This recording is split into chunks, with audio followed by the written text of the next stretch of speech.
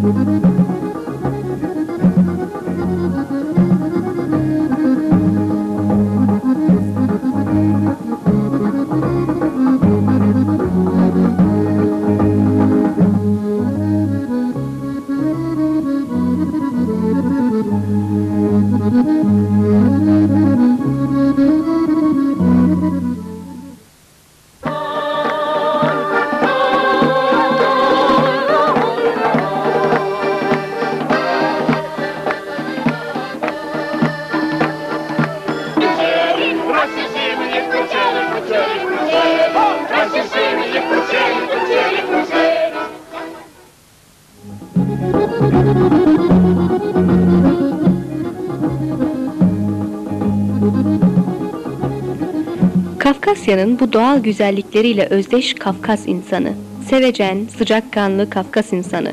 Kafkasya her mevsim başka güzel, her mevsim değişken.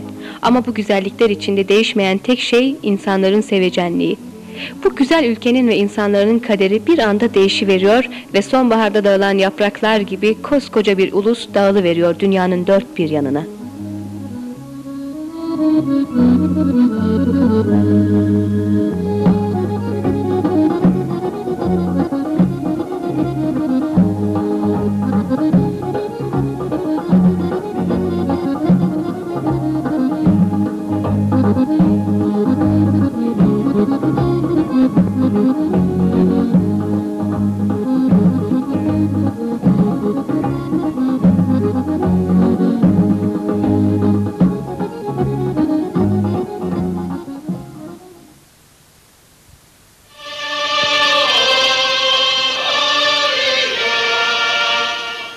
Kafkasya, tarihte çok büyük çatışmalara, savaşlara sahne oldu.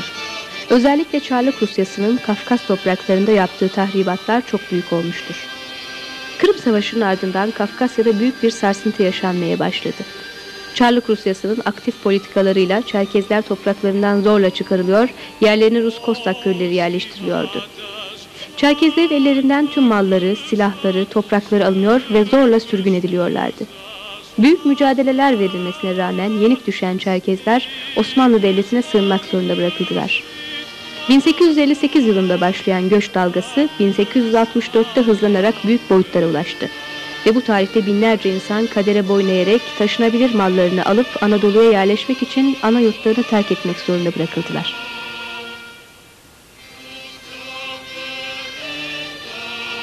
Göç sırasında çok büyük güçlükler yaşandı, açlık, salgın hastalıklar yüzlerce binlerce Çerkez'in ölümüne sebep oldu. Her türlü güçlüğe dayanarak Anadolu'ya gelebilen Çerkezler yoğun olarak Trabzon, Samsun, Sinop, Adapazarı, Kayseri, Sivas, Erzurum, Çorum, Çankırı, Bursa, Eskişehir, Tokat'a yerleştiler. Bugün sadece Türkiye'de değil, Suriye, Ürdün, Yugoslavya, Amerika, İsrail, İngiltere, Mısır, Libya, Irak ve Madagaskar gibi dünyanın muhtelif yerlerinde ana yurtlarından ayrı yaşayan binlerce Çerkez var.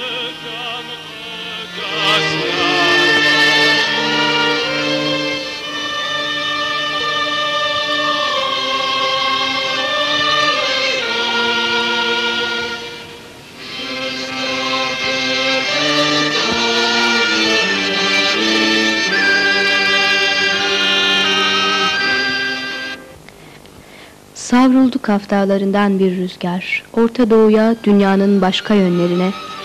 Kuban'dan, Elbruz'dan sürülen insanlar karıştı yaşamın diplerinde, tıpkı denizlere karışan tatlı sular gibi. Bol ürün veren topraklardan uzak, düşünen söz, konuşan ses gibi. Yaşamın değişen aşamalarında sular, topraklar, sesler, sözler karıştı, karıştırıldı insanlığın geleceği güzel olsun diye.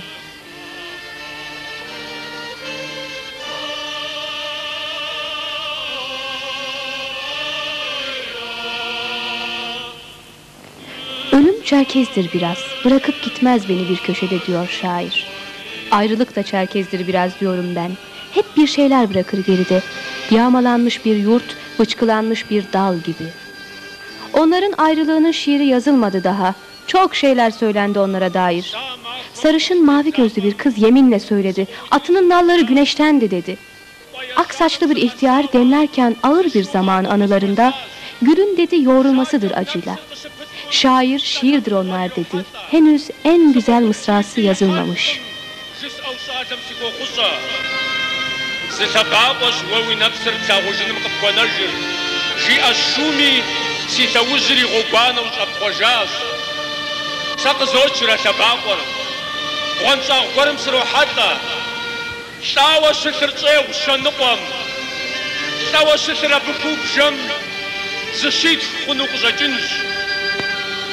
زي جنب غرب جهنم ينرقاب شو سرشناش زيب سم يجي سبيري زسبغافم شغل حاج ناس بن شوقات قاد ذكر شنو فيشي خوجيج زيب سم فتشم عرزة كاخري شاغو ياكل قوزج دق شو اجري اودغم ينزل كرشي شفاش سري شاكور زنزقوم حدا تيب خويا فسشاش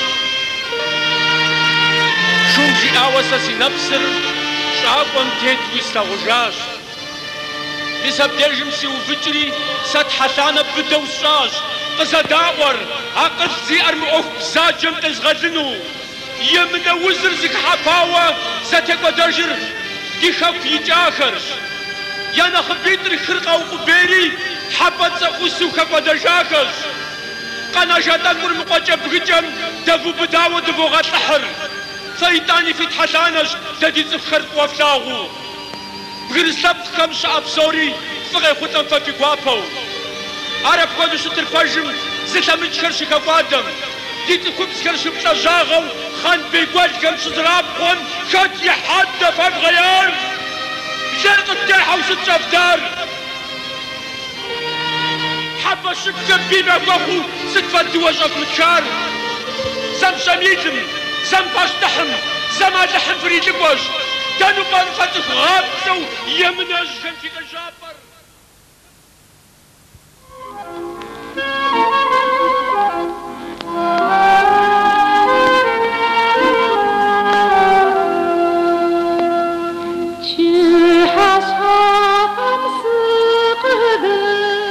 1864 Büyük Kafkas göçünün ardından Türkiye'nin muhtelif bölgelerine dağılan Çerkezlerin büyük bir bölümü Kayseri Pınarbaşı'na bağlı olan ve Küçük Kafkasya olarak nitelendirilen Uzunyayla bölgesine yerleştiler. Uzunyaylı'da 60'ı geçkin Çerkez köyü yer alıyor. Alabildiğine geniş bir yayla Uzunyayla. Adından da anlaşılacağı gibi upuzun bir yayla.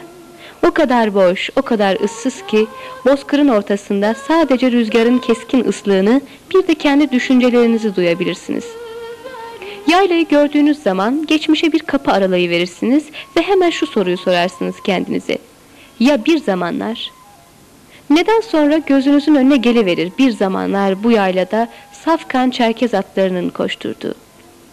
Sonra tükenen atların acı kişnemeleri bir anda kulaklarınızda çınlar da çınlar. Ya uzun yayla? Uzun yayla da bakar bakar, yürek sancıları içinde atlarını arar. Ama bilir dönmeyeceklerini. Bunu anladığı zaman da boynu bükük o kurak yalnızlığına geri döner. Çünkü bozkır bilir dönmeyeceklerini, bilir.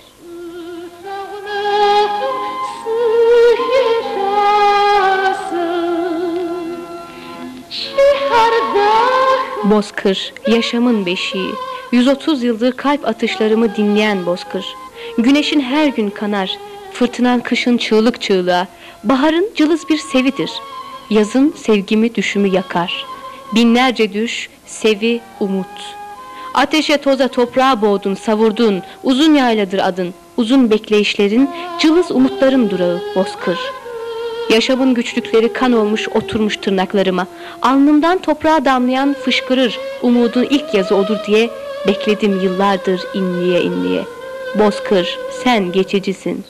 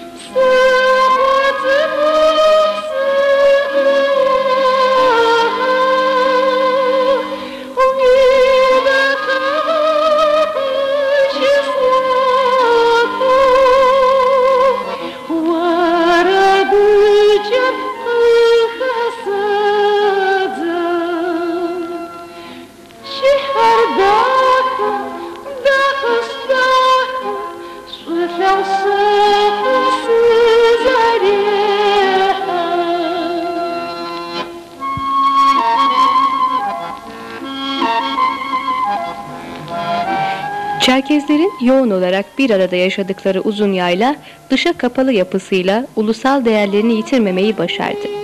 Bu yapısı sayesinde dilin ve geleneklerin devamını sağladı. Kafkasya'dan göç ederek bu bölgeye gelen Çerkezler, özellikle at yılkılarını yetiştirebilecekleri ideal yerin uzun yayla olduğunu kabul etmişler ve atların soyları tükenene kadar bu geniş yaylada at yılkılarını barındırmışlardır. Öz vatanlarından kopup gelen Çerkezler, uzun yaylayı ikinci vatanları olarak kabul ederek burada yeni yerleşim yerleri oluşturdular. Kurdukları köylere Kafkasya'da bırakıp geldikleri köylerinin adlarını verdiler. Evlerini yine Kafkasya'da bıraktıkları evlerinin modellerinden inşa ettiler. Uzun yayla bir anda Küçük Kafkasya oluverdi ve Çerkezler yeni Kafkasyalarında soylarını devam ettirebilmek için mücadeleler vererek yaşadılar.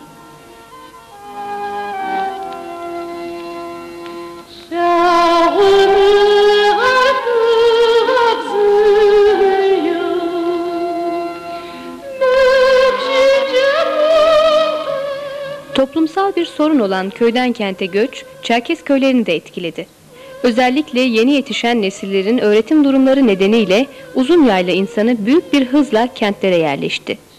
Bu da uzun yayla nüfusunun azalmasına neden oldu. Buna rağmen kışı şehirde, yazı da köyde geçiren uzun yaylalıların sayısı bir hayli fazla.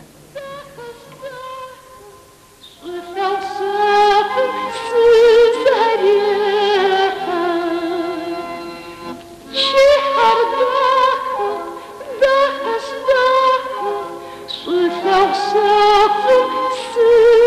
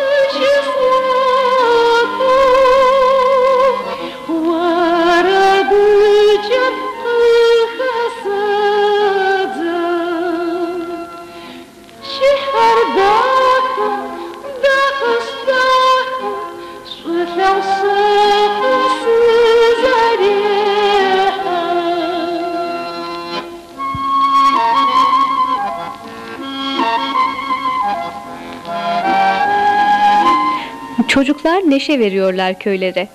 Zaten köylerde baharın gelişi bir kuşların cıvıltılarından, bir de çocukların neşeli kahkahalarından anlaşılır. Bu yüzden çocuk cıvıltıları köyün taşlı sokaklarını dolduruverir ve kapı önlerinde bir hareketliliktir gider.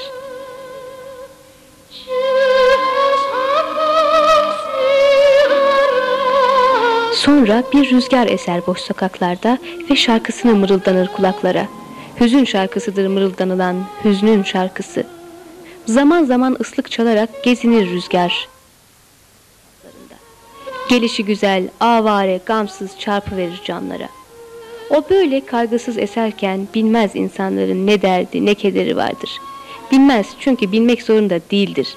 Bunu bildiği için de gamsız esişlerine devam eder.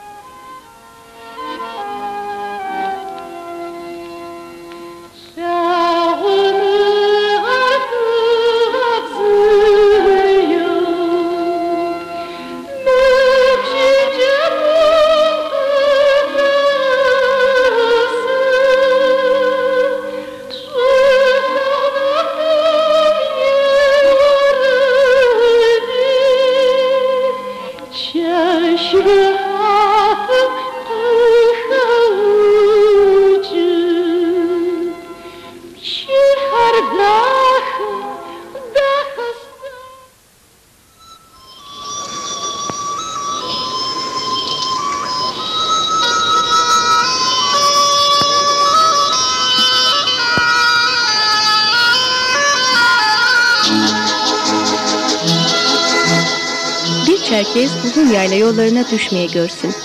Aracın teybinden yükselen mızıka sesine ve uzun yaylayı bir kez daha görmenin verdiği mutluluğa, o tatlı heyecana uzun yaylanın taşlı topraklı yolları da eşlik eder.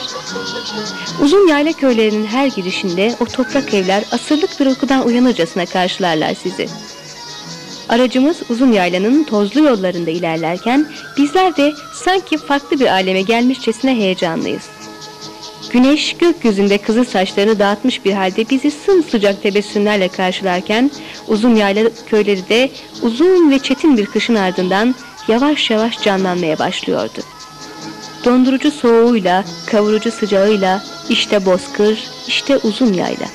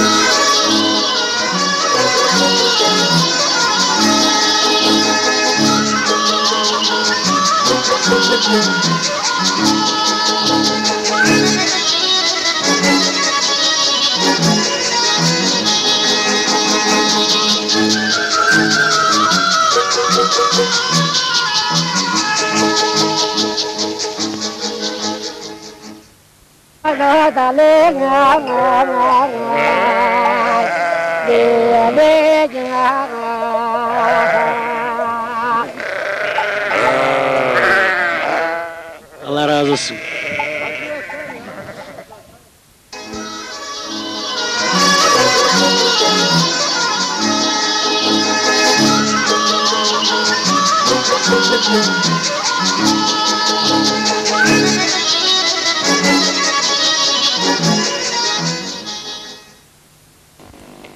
Zaman hızla akıyor. Her şey hızlı bir değişim sürecinde. Bu değişimden geleneksel Çerkez düğünleri de payını alıyor.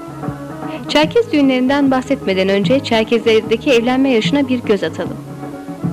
Çerkez sosyal yaşamı içinde ortalama bir evlilik yaşından bahsetmek güç.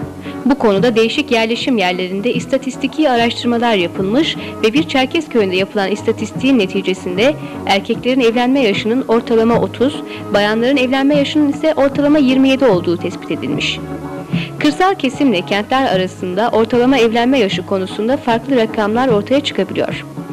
Ama sonuçta Çerkezlerde Türkiye ölçülerine göre evlilik kurumuna geç yaşlarda girildiğini söyleyebiliriz. Çerkezlerin evlenme törenleri literatürlere de konu olmuştur. Geleneğe göre bir Çerkez kızı anne babasının ya da diğer büyüklerinin istemediği bir gençle evlenemezdi. İstenmeyen bir evliliğin gerçekleşmesi uzun süreli dargınlıklara neden olurdu. Şimdilerde bu gelenek fazlaca katı kurallar içermiyor. Sonuçta genç kız yakınlarına danışsa bile en son kararı kendisi veriyor. Çerkezlerde hiç rastlanmayan evlilik türlerinden biri de akraba evlilikleridir. Çerkezler anne ya da baba tarafından akrabalık derecesi olanlarla evlenemezler. Aynı şekilde vunegoşlarla da, yani aynı soydan gelenlerle de evlilik gerçekleşmez. Bu törelere uymayanlar toplum tarafından yargılanır. Birbirlerine kardeş gözüyle bakanların ya da süt kardeş olanların da birbirleriyle evlenmeleri uygun karşılanmaz.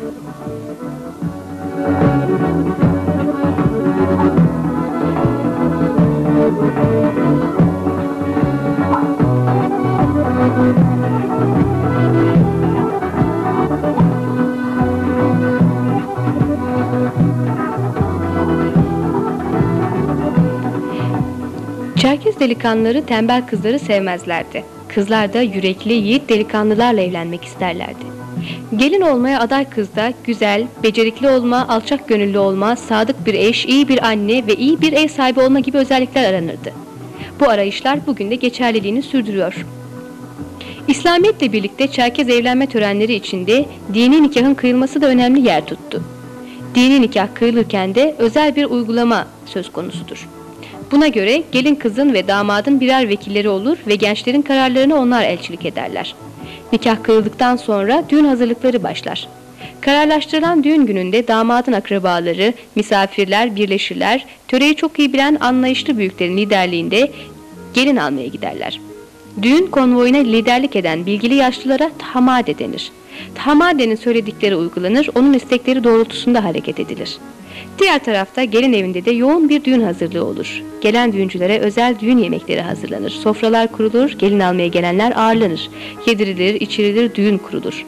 Büyükler iki gencin mutlu olmaları için güzel konuşmalar yapılır. Evet, bizler de ekibimizle birlikte Kaynar Köyü'ne konuk olduk ve bir Çerkez düğününü sizler için görüntüledik.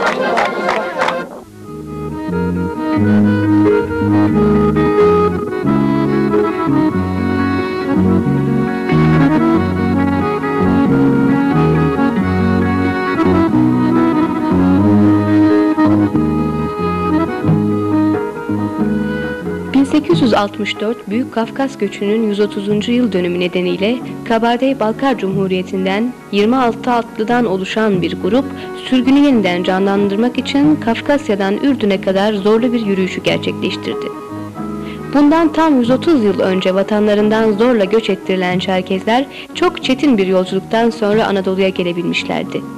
Ve 130 yıl sonra yine Kafkasya'dan hareket eden bu atlı grup bir zamanlar atalarının geçtiği bu çileli yollardan geçerek büyük göçü yeniden canlandırdı.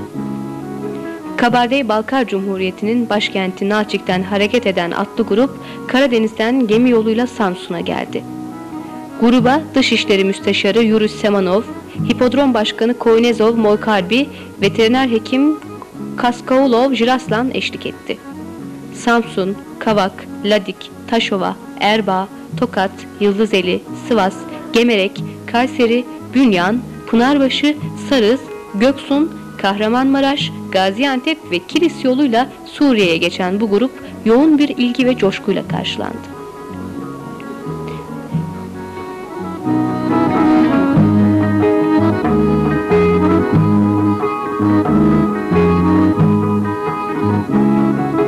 Gezinin büyük sürgünü yeniden canlandırmak, Kafkasya ve Türkiye arasında bir sevgi köprüsü oluşturmak, sportif faaliyetleri artırmak, hem de Safkan Çerkez atlarının dayanıklılığını denemek gibi amaçları vardı. Ve amacına ulaştığına inanıyoruz.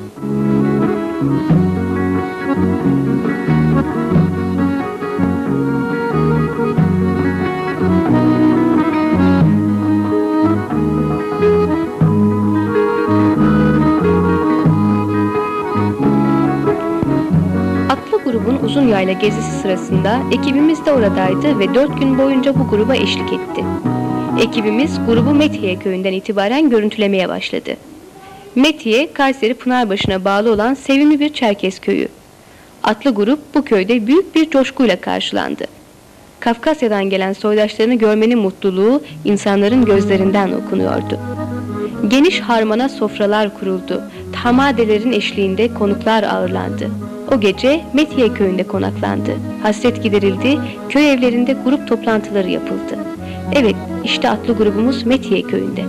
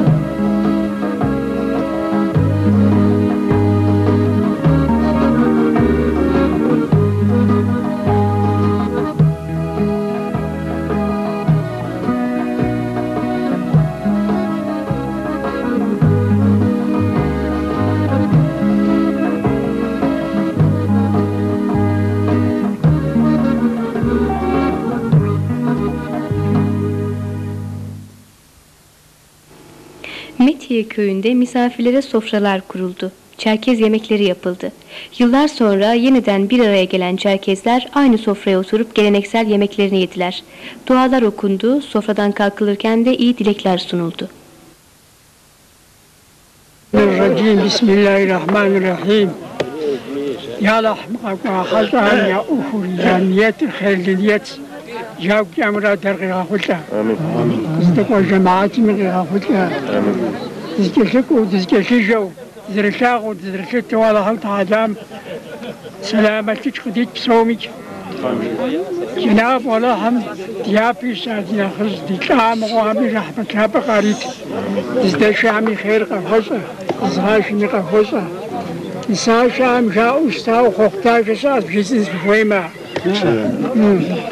Niris kırk dikya unağım وردوزوناغ وبغشزوكي باويكي مقراحة وقيحة مقرانو جاوني بغز بغروت ميكوتي وناشو زمتي قصاجم جالجو زمتي قصاجم بابوجم غابين كزيغاكوا آمين بيوزاو هاتسوري آمين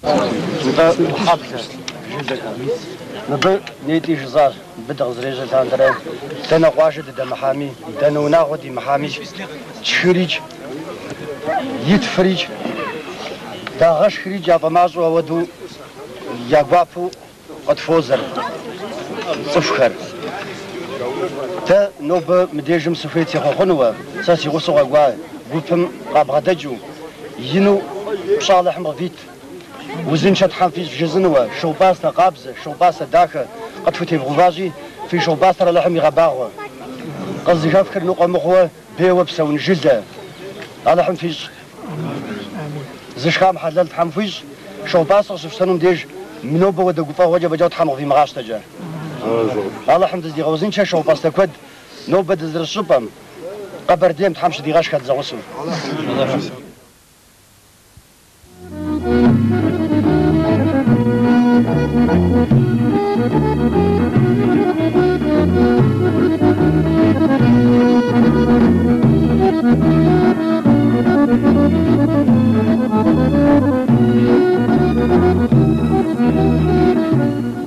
Haziran'da atlı grupla birlikte ekibimiz de Metiye köyünde konakladı.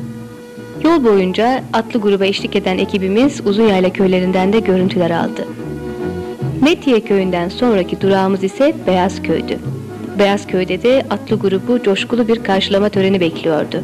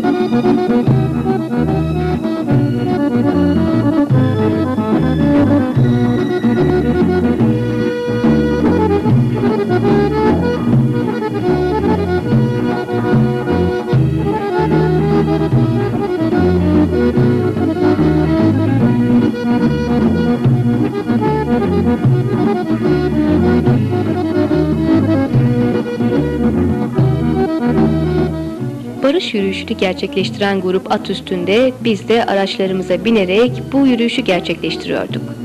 Beyazköy'den sonraki durağımız Karakuyu köyüydü. Karakuyu'nda gruptaki elemanlar ve atlar dinlendikten sonra o akşam da orada konaklandı.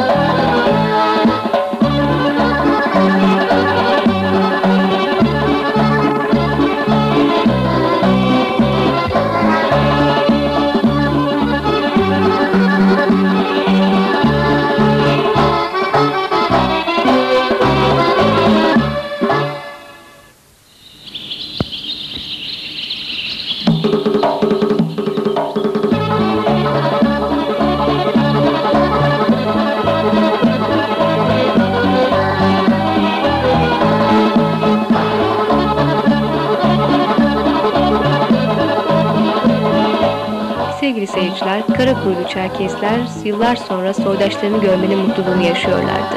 Ve bir zamanlar uzun yaylada koşuşturan o eski Safkan Çerkez atlarını yine görmenin mutluluğu gözlerinden okunuyordu. Bizler o akşam atlı grupla birlikte Karakuyu köyünde konakladık. Ve bir eve konuk olduk. Gruba eşlik eden Hipodrom Başkanı Koynezov Moğkarbi ile bir söyleşi yaptık. Bu söyleşi esnasında Kayseri Kuzey Kafkas Kültür Derneği kurucularından Sayın Sebahattin Diner'in de bize oldukça yardım oldu. Sizlere biraz sonra bu söyleşiyi izleteceğiz.